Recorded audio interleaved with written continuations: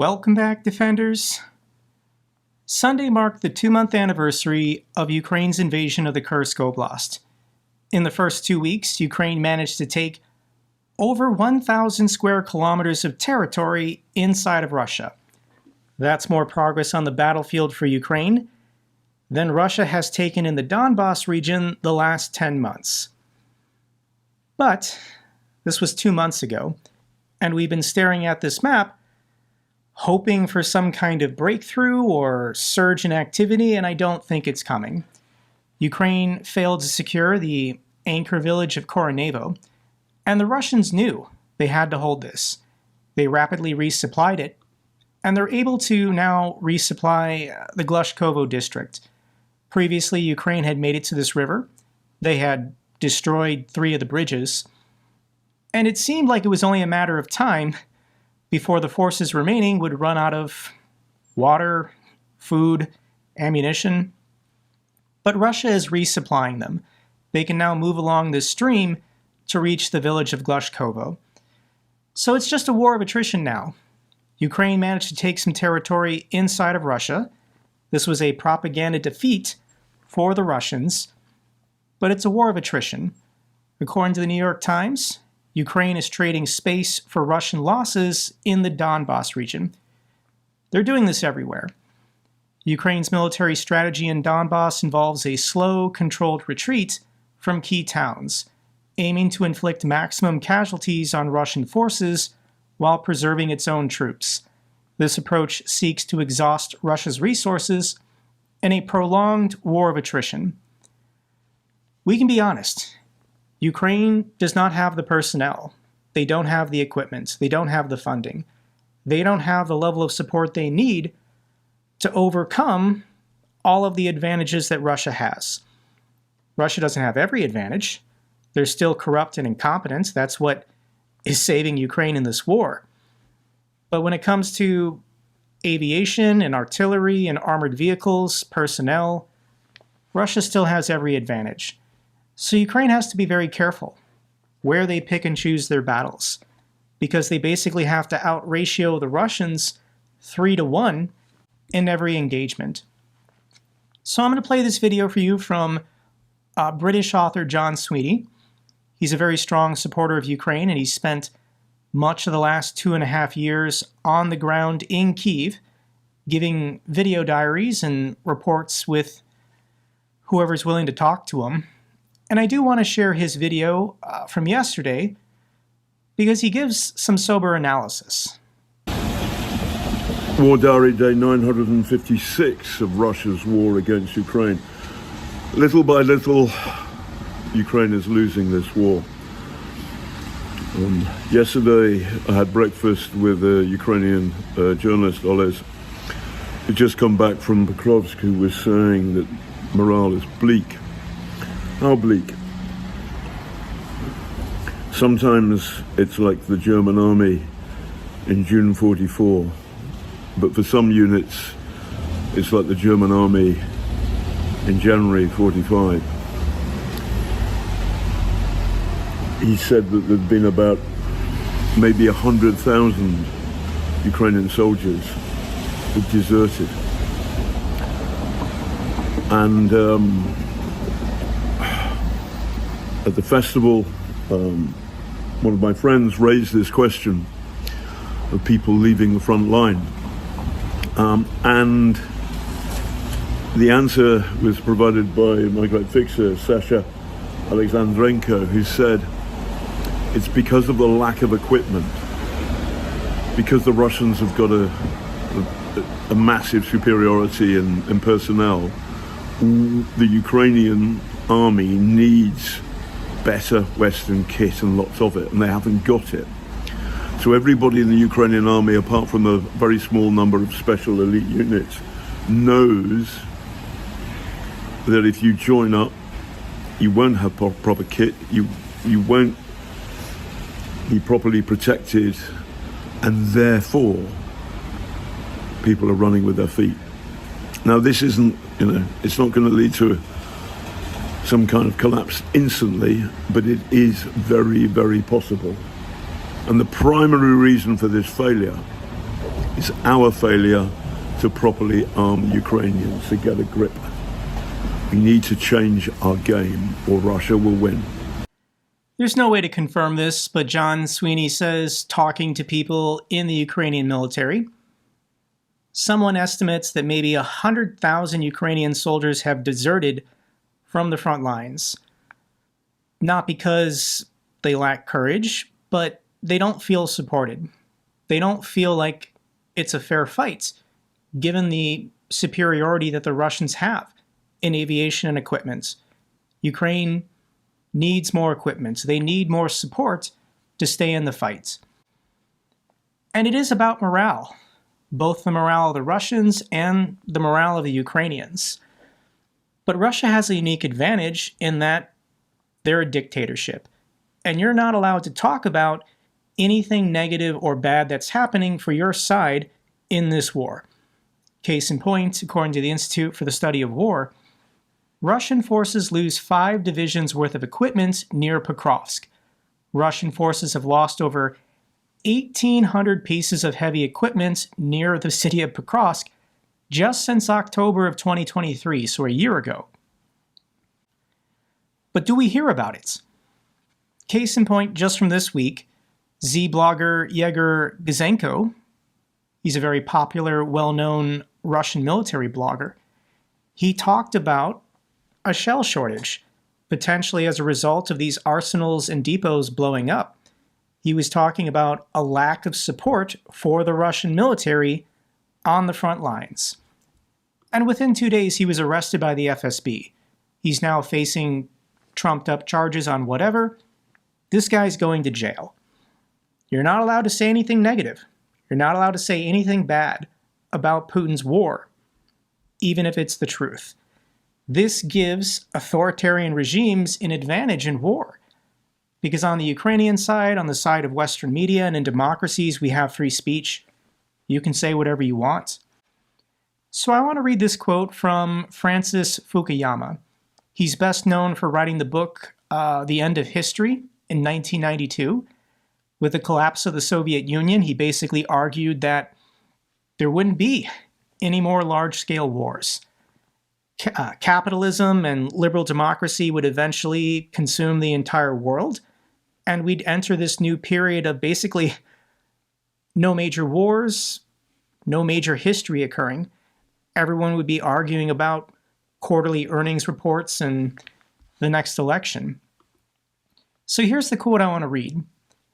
Liberal democracy will not make a comeback unless people are willing to struggle on its behalf. The problem is that many who grow up living in peaceful, prosperous liberal democracies begin to take their form of government for granted. Because they have never experienced an actual tyranny, they imagine that the democratically elected governments under which they live are themselves evil dictatorships, conniving to take away their rights, whether that is the European Union or the government in Washington, D.C., but reality has intervened. The Russian invasion of Ukraine constitutes a real dictatorship, trying to crush a genuinely free society with rockets and tanks, and may serve to remind the current generation of what is at stake. By resisting Russian imperialism, the Ukrainians are demonstrating their grievous weakness that exists at the core of an apparently strong state. They understand the true value of freedom and are fighting a larger battle on our behalf, a battle that all of us need to join. This was written over 2 years ago, shortly after Russia's full-scale invasion, and Ukraine is not getting the support they need. So here on the channel, I'm going to make the argument that step 1 to getting Ukraine the support they need is to make sure that Donald Trump is not elected president. I know for my non-American audience this is torture, but if it makes you feel better, it's more torture for us here in America, and it has to be an unbearable level of torture for anyone living in a swing state that Donald Trump needs to win. So if I haven't solidified this argument, let me hit you with today's headlines. Trump spoke to Putin as many as 7 times. after he left office as president. This is according to author Bob Woodworth, who's interviewed and written books about every president basically for the last 50 years.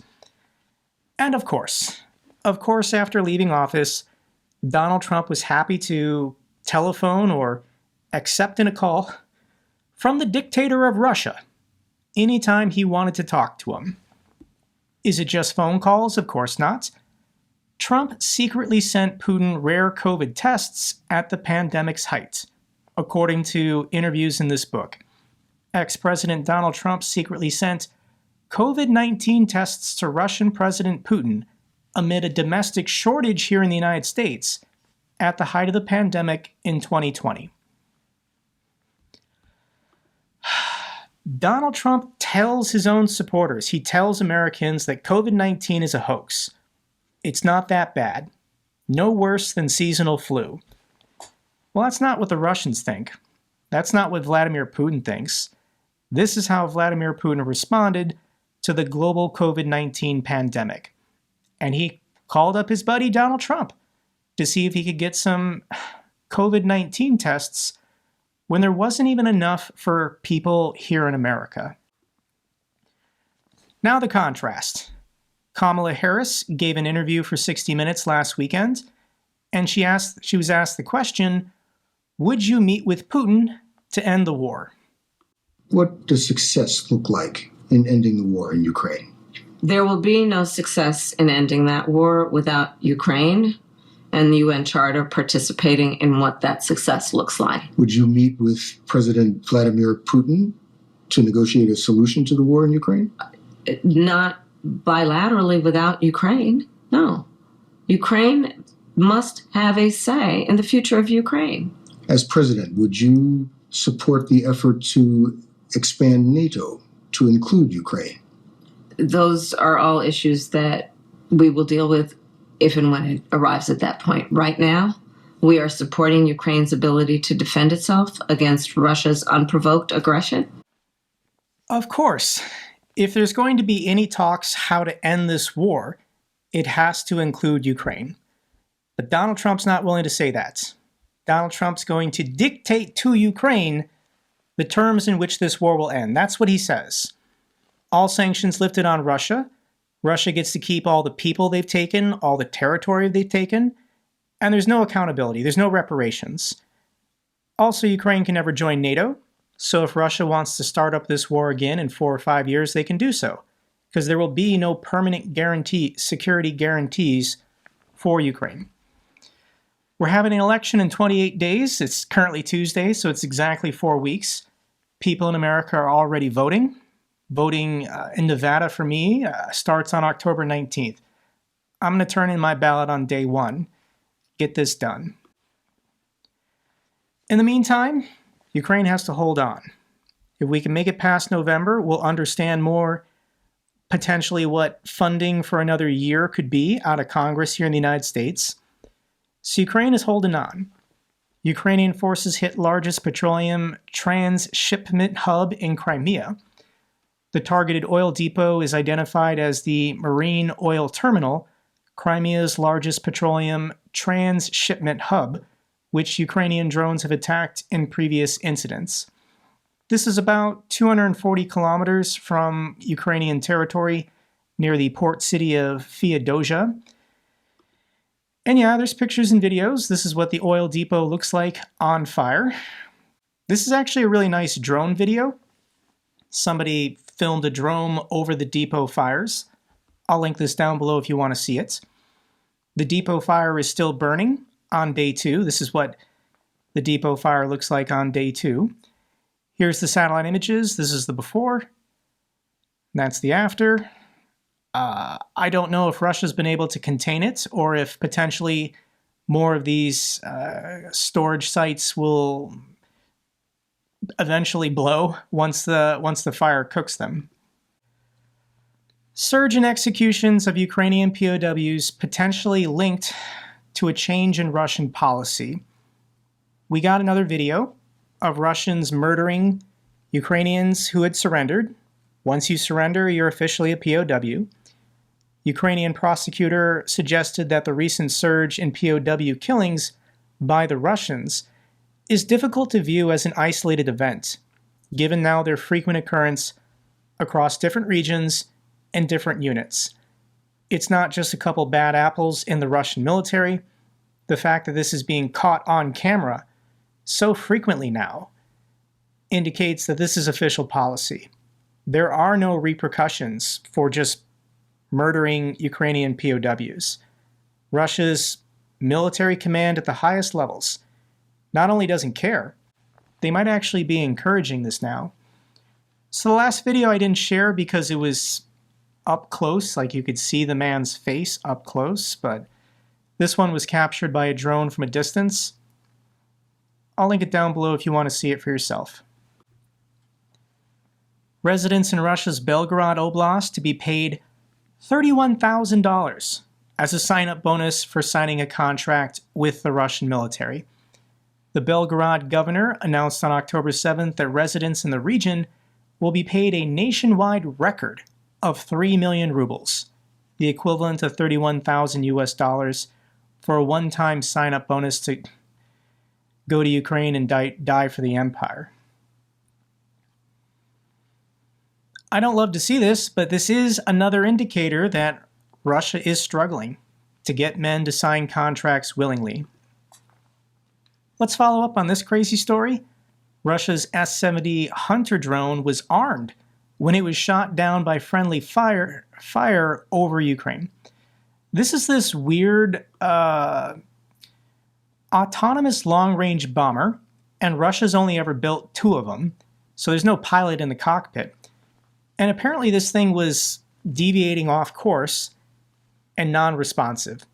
Maybe Ukraine somehow jammed it, and the operators weren't able to control it anymore. So as it was flying into Ukrainian-controlled territory, the Russians shot down their own plane to destroy it. And there is a video, I'll link it down below. But the follow-up is that it crashed in Ukrainian-controlled territory anyways. So the Ukrainians are on the ground, going through the electronics, trying to salvage what they can and learn and study what they can. This was a $20 million plane. Here's the clip showing the wreckage and debris in Ukrainian-controlled territory. Подивіться, ось місце падіння російського літака у Костянтинівці. Ось крило величезне. І он, власне, ось так виглядає.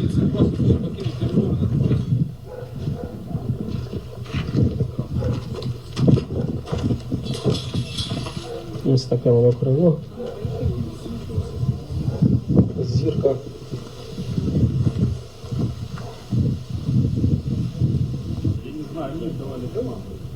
І ось рештки російського літака. На тут розкидані, валяються. So the plane debris did hit a house, but nobody was inside at the time. There were no casualties when the debris fell to the ground. This is hilarious. Putin abandons and destroys Black Sea Villa in another sign of growing paranoia. Satellite images show that Putin's Bocharov-Ruchi Palace, overlooking the Black Sea near Sochi, has been bulldozed amid claims he was worried about Ukrainian drones targeting his palace. This palace was made famous in one of Alexei Navalny's documentaries. Alexei Navalny used drones to fly over this ridiculous villa that Putin built for himself on the Black Sea. And I can read for you a couple details about this villa. There are a vast number of buildings on the palace complex, including a house with an area of 17,000 square meters, 191,000 square feet, an arboretum, a greenhouse, a helipad, an ice palace, a church, an amphitheater, a tea house, a gas station, an 80-meter bridge, and a special tunnel inside the mountain with a tasting room.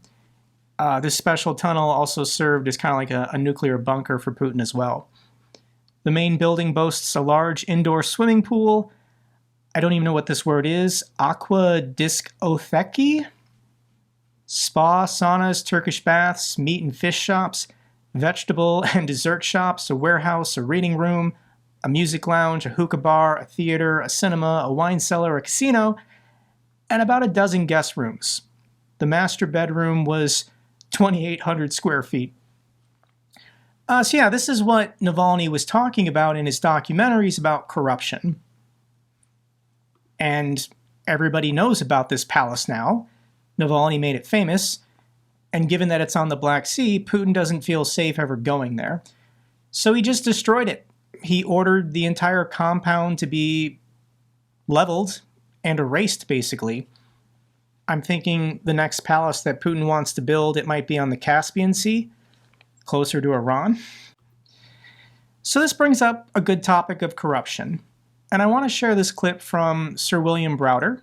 He's written several best-selling books about corruption in Russia. He's one of the lead advocates for the Magnitsky Act in governments around the world to go after oligarch money and discourage corruption. And I want to play for you this clip. What has been Putin's motivation for this entire war? And Bill Browder has had one message this entire time. What I've discovered over the last 15 years, since Sergei was murdered, is that Putin's Russia is a mafia state, is a kleptocracy. Putin and 1,000 people around him have stolen $1 trillion from the Russian state. That was money that should have been spent on hospitals, schools, and roads. Instead was spent on private jets and yachts and Swiss bank accounts. That's an unsustainable situation, and the Russian people eventually would have risen up. Putin understood that. And so what does a dictator do who's stolen too much money and is afraid of his people rising up? He creates a foreign enemy and he starts a war. That's what the war in Ukraine is all about. This is not a war about NATO. It's not a war about the empire of Russia. This is a war of Vladimir Putin trying to stay in power. The UN and all other organizations should do everything possible to stop this war and to help Ukraine. This was said on UN Web TV. I had no clue the UN had television channels. But Bill Browder says the number one reason for this war is Putin couldn't allow a free and democratic society to exist on his own border. If Russian-speaking people inside of Ukraine had real democratic rights, if they had a say in their government, well then that might infect the people of Russia. And people in Russia might get the crazy idea that Putin shouldn't be staying in power for life and he shouldn't be robbing them of the nation's wealth fund. I do think Putin had a wake-up call during the Arab Spring in the early 2010s. All of these dictators in the Middle East and Africa who had been in power for like 30 or 40 years were all toppled by their own people. I think Putin watched this and realized that could be him. That could be him and his inner circle, hanging from a lamppost for all the crimes they've committed. So it's not just one reason, it's multiple reasons, but this is a very strong one. Bill Browder is correct. Putin just couldn't allow a free and corrupt-free country to exist on his border because that would put him at risk. That would put his regime at risk. I still think it's going to happen, but things are going to have to get worse in Russia. Analysts raise inflation forecasts due to Russian budget. Every time a man signs a contract to go fight and die in Ukraine, that's one less worker working in a factory, working on a farm in Russia.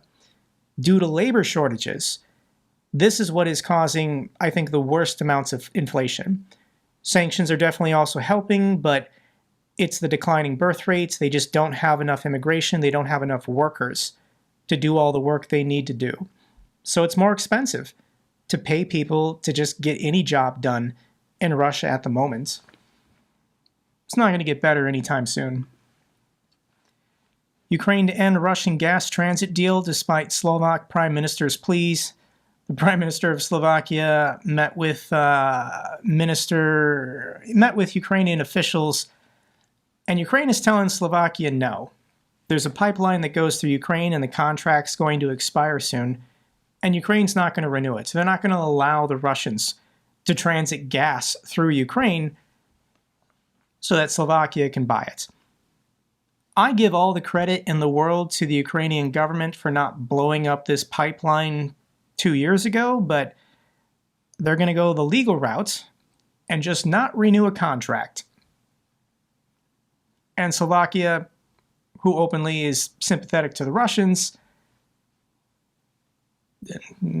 I couldn't care less, guys.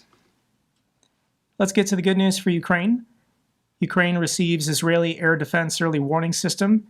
The Israeli ambassador to Ukraine has announced the delivery of the Zeva Adam missile early warning system, which will be a vital addition to Kyiv's air defense capabilities. Cool. Thank you so much, the people of Israel. Netherlands pledges 400 million euros for Ukraine's drone initiative. More F-16s coming in the months. Thank you so much, the Dutch people. And the good news, Ukraine has received their initial batch of Dutch F-16s. More to follow in the coming months. Thank you so much, the people of the Netherlands. Final clip I have for you, unfortunately, is not a feel-good one today. I've been watching these clips from U.S. journalist Zarina Zabriskie. She's currently in the city of Kherson, documenting the destruction of Kherson. These videos are going viral of Russian drone operators just dropping grenades and explosives on civilians, on children, on elderly people, on any civilian car moving in the city. This particular video, Kherson was hit with 4 aerial guided bombs targeting a school and a residential area. This is Zarina's report. This is a school that was hit on the 7th of October by an aerial glided bomb. This is Putin's birthday, and the city of Kherson got attacked several times first thing in the morning. Shockwave went all over this building and devastated pretty much every apartment in that building. You see the homework assignments, you see the children's pictures, you see all sorts of things that you will see in the normal schools. This is not the first or the second or the 10th school I see destroyed in this country by the Russian bombs, missiles, artillery. Here is a textbook. This is happening on Vladimir Putin's birthday, 7th of October. More devastation, more destruction, more deaths, more injuries, more grief. This is ecocide. This is the scorched earth policy. This is genocide of Ukrainian people. Russia will be defeated, and we're going to have a clearer picture after 28 days. We just have to get through the next 28 days, and then we can start planning and preparing for the next year. I really hope, guys, that this war will end in 2025, but we need more help, and we need to do something to tip the scales to cause greater economic and political turmoil inside of Russia. That's the goal once we get past this election here in the United States. That's all for this update video. Glory to Ukraine, glory to the heroes. If you found this video informative, give me a thumbs up. Best way to support the channel. Comments and questions, let me know down below. I love hearing from you guys. Till the next video, keep defending the truth, keep defending democracy.